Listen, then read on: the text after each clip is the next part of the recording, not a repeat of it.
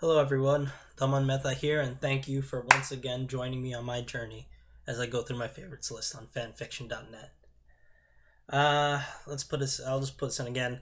I've read a lot of fanfiction for over 15, actually now I think it becomes 16 years now.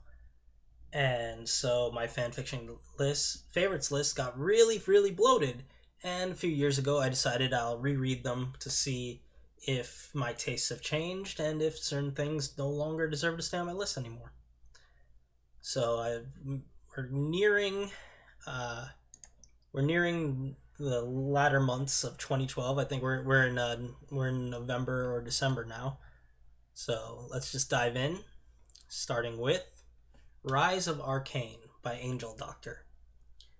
This is a Harry Potter crossover with the Marvel comic universe, and where Harry basically they go on a trip to New York.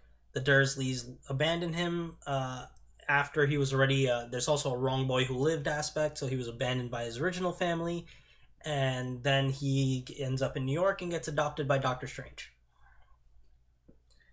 So this is an incomplete fic where Harry it focuses on Harry getting learning from Doctor Strange, meeting a couple girls, like building up a harem of like Jean Grey and Scarlet Witch. Um, and there's also a few fights and like the buildings of like a decent, decently. Basically, he's building Harry up as his own comic line. Like that seems to have been like the idea of this story, like his comic series as like a Legacy's character. Uh, but as I said, the story's incomplete. So what's here feels like the first half season of a show, where all the characters. There's no recurring villains, even though characters are in author's notes or mentioned that like, hey, this person's going to be their main rival, or this person's going to be their main thing, or like setups are there, but they didn't go long enough for anybody to actually appear more than once. So it's all just more introducing characters and setting up like this will be the next big bad, or this is going to be rival that'll go over the next season. This is going to be a new interest being snuck in, and that's it. And then not only is all that happening, but Harry basically stays in Marvel. We get a few brief snippets of moments in the Harry Potter universe, culminating in what I'm sure it was gonna be them getting like reintroduced and reconnected in the Triwizard Tournament arc, which would be his fourth year. But the author never reached that point. Um, so in the end, I feel like the fights and like a little bit of the relationship drama and stuff is intriguing, and like the idea of like setting this up as like the idea and how it was structured is I actually like a lot, and I think it would have been great if it had continued. But as it stands, where it's incomplete, I feel like this story just falls on the pyre of all other promising stories that never really matured enough for me to want to revisit these. So it's going to fall off my list. Next, we have To Go by Dakiri.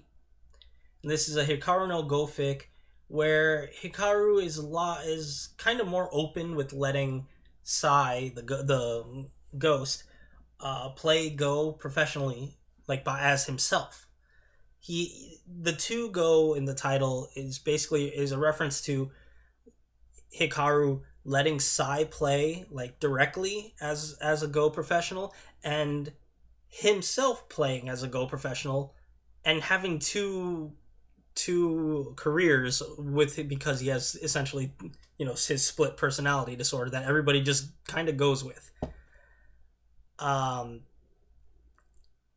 Story wise, this is incomplete, but it does go again pretty similar to canon, aside from the fact that there's like Hikaru's main story goes pretty similar to canon, aside from like there's just a whole bunch of bits where Sai is also doing pro matches and stuff. The story itself feels pretty laid back and mellow, but honestly, I think it's too laid back and mellow, because again, like not many people really question it, like there why this kid has two careers or isn't allowed to do this, and it's like kind of like crazy or something. And because like the two biggest pros like know the real story, that's about it. But also it goes crazy because like at one point freaking Hikaru's rival Toya like essentially kidnaps him and like threatens to torture him, and that just gets waved off after like the next scene. Aside from a little bit of like that like a little weird, but like literally after thing, it's just like yeah, I'm fine. It's cool. I'll still eat with you whenever you're cool. Just a minor hesitation. Whereas like one of the other stories, like it was called like Caught in a Ladder, which was on my favorites list, which I really like. The whole premise of that was this similar thing where like one guy wants to know Hikaru's secret, freaks the hell out, and kidnaps him, and that's like in all about like that kidnapping and the consequence, and like you can't just brush off something like that because you can if the world or the stuff is suitably ridiculous or like comedic that like this falls into enough jokey enough, but it's not. The story is very grounded. It's just mellow to the point that it seems like nobody gives a shit about anything. Like it's weird. It just feels like there's no tension or consequence, and everything just, that's the word, everything feels inconsequential. And that coupled with the fact that it's incomplete just means I don't have any desire to come back and reread this, so it's going to fall off my list. Number 3 is the Holmes Brothers Fighting Experience by LazyBum89. And this is this is a Sherlock, the BBC Sherlock series fic that LazyBum89 in my last video wrote.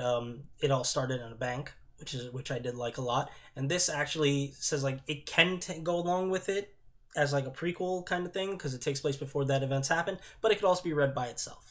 And it's just a one shot of 3 scenes where 3 different, like a bunch of characters learn not to step in between or draw attention to themselves when Sherlock and Mycroft are having an argument between each other. It's fine enough, I suppose, like, like it's pretty straightforward. Like it's essentially 3 scenes, and it works as a little character piece to show that Sherlock and Mycroft like understand that sometimes they go too far, and like they do appreciate the people around them to a certain extent in their own way. But at the same time, like if this was like connected and like written as like a prequel chapter or like as like a side story of like, hey, let's look into the past of them in the other story, I would that would be great, and I'd love it as a character piece. By itself and reading it as a one shot, it just doesn't. It's not interesting or substantial enough for me to want to come and revisit it, so it's gonna fall off my list. But if you do read It All Started in a Bank, I do think you should read this one at least once and enjoy it. All right. Next is Hero, Monster, or Both by Black Belt Chick 715. And this is Teen Titans mixed with Danny Phantom, where Danny gets revealed as a ghost to his parents who don't care, and the guys in white go after him, and he gets captured and tortured, and then he eventually flees them and gets to Jump City and starts to heal while interacting with the Teen Titans. There is a decent amount of story here. Probably, I'd say like 1.5 like seasons or story arcs. So it's not a complete loss if you decide to read it. If you're looking for like Danny Phantom joins the Teen Titans and like they constantly pal around and do it with like a little bit of Danny being like sentimentary and stuff like that, like that's not this story. The majority of this story involves Danny hiding from the guys in white, trying to push everyone away and like not be a friend because he's afraid that anybody he meets up with again will just get hurt and attacked and die, and like trying to deal with his mental issues from the stints in captivity. There are problems with this story, one of the biggest being that the author likes to jump between POVs like a lot and then repeat scenes from that other perspective. And the fact that he does that between chapters and without any timestamps or anything like that makes it kind of confusing. He'll do it like constantly, where it's like we'll get one scene where it goes from the entire day and then start like all of Monday and then start of Tuesday until lunch, and then the next chapter will go back to 8 p.m. Monday from another character's perspective. But there's no, aside from like saying POV different person, there's nothing indicating, oh, this is in the past, this is not continuing off, until you get like 6 characters in. They're like, wait, this scene is like the exact same scene as the day before. It's like, oh, wait, no, this is back then. This is not a second scene that is exactly the same thing. It's just irritating. Um, I don't think it's terrible, but at the same time, I don't see myself ever coming back to reread this, so it's gonna fall off my list. On a lighter note, now we go to Overlady by Earth Scorpion. And this is a Familiar of Zero fic crossover with the game Overlord, which was basically evil Pikmin, which I never really thought of at the time, but I just thought, like, realized that, like, now, like, it's and, like, basically where Louise doesn't summon a familiar, and so she runs away and ends up falling into a pit where she gets kidnapped by a vampire who she kills, and then becomes the new Overlady by finding Gnarl and all the other minions. Uh, it's it's very much a crack fic. The humor is very much in line with the game, which, like, and so same with the character motivations, where evil is, maybe they're selfish, cruel and stuff, and they do what they want, but at the same time the good characters are all assholes, wastes of space, and like most of the time causing more problems than they solve. um the humor is very simple, straightforward, and dumb and ridiculous, which, if you've gone this far into these videos and stuff, or you know anything about my series, like, that taste, it fits my tastes. I enjoy this a lot, and there's a lot of it here to enjoy. It's overly ridiculous, but it's also still, for it. Like, I do feel this.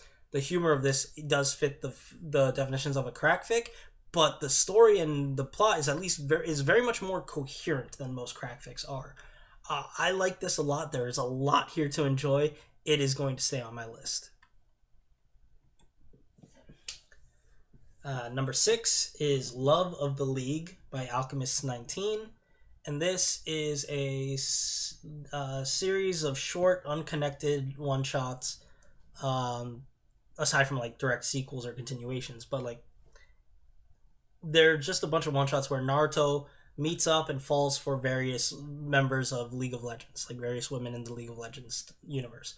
It's nice enough for, like, varied doses of fluff, but there's nothing really substantial here. Like I said, they're honestly, most of the things are very short, and it's a lot of these are, it's usually like first meetings or a lot of, like, backstory, and it's just like, here's how they met and stuff, and then it basically almost always ends with them meeting up again and kissing and saying, like, we're going to start a relationship or whatever. That's what it is. It's fine, but I didn't feel it was anything really great, and nothing not worth revisiting. It's going to fall off my list. Alright, and the last one for this video is Shinobi of Eequestria by Fan of Fanfics, which is a My Little Pony crossover with Naruto, where it starts with Twilight, like, finding a spell to go to multiple universes, ending up in Naruto's universe, and then, like, getting discovered by the ninjas, and going back, but the ninjas realizing, hey, we can use this to hide Naruto and Gaara from the Akatsuki so that they can't get killed or whatever, and so sending them over to Equestria with them. The story's fine. There's a couple there's some minor shenanigans to be had, and like the last few chapters have, like, a one climactic battle before the story was stopped updating and stuff. But overall, like, it's fun in the moment, but not really memorable. Like, it doesn't stick out. I can't remember any, like, particular, like, big jokes or anything that would make me be like, okay, wait, no, I remember, like, the gist of it. Let me go back and read exactly what it was. And and if you know me, like, I've had stories where literally if there's one great joke or one great thing, I'll keep it on my list because like that joke was amazing, the setup was great, and like I would love to come back and just read this. This one just feels like I said, like it's worth it's I figure like it's good enough to give a read once, but it's not something that I think would stick in your mind for very long. So it's gonna fall off my list. And there we have it for this set of videos. We have now fanfiction status time. I've read 829 stories, and 394 of them stay on my list. So there we go. As always, links to these stories are in the description. So if you want to read them, reread them, and then decide my opinion shit, please come back and leave a comment saying I'm trash. Uh, and there's links to other stuff in there. Check out the description, and I will see you in the next video. Take care.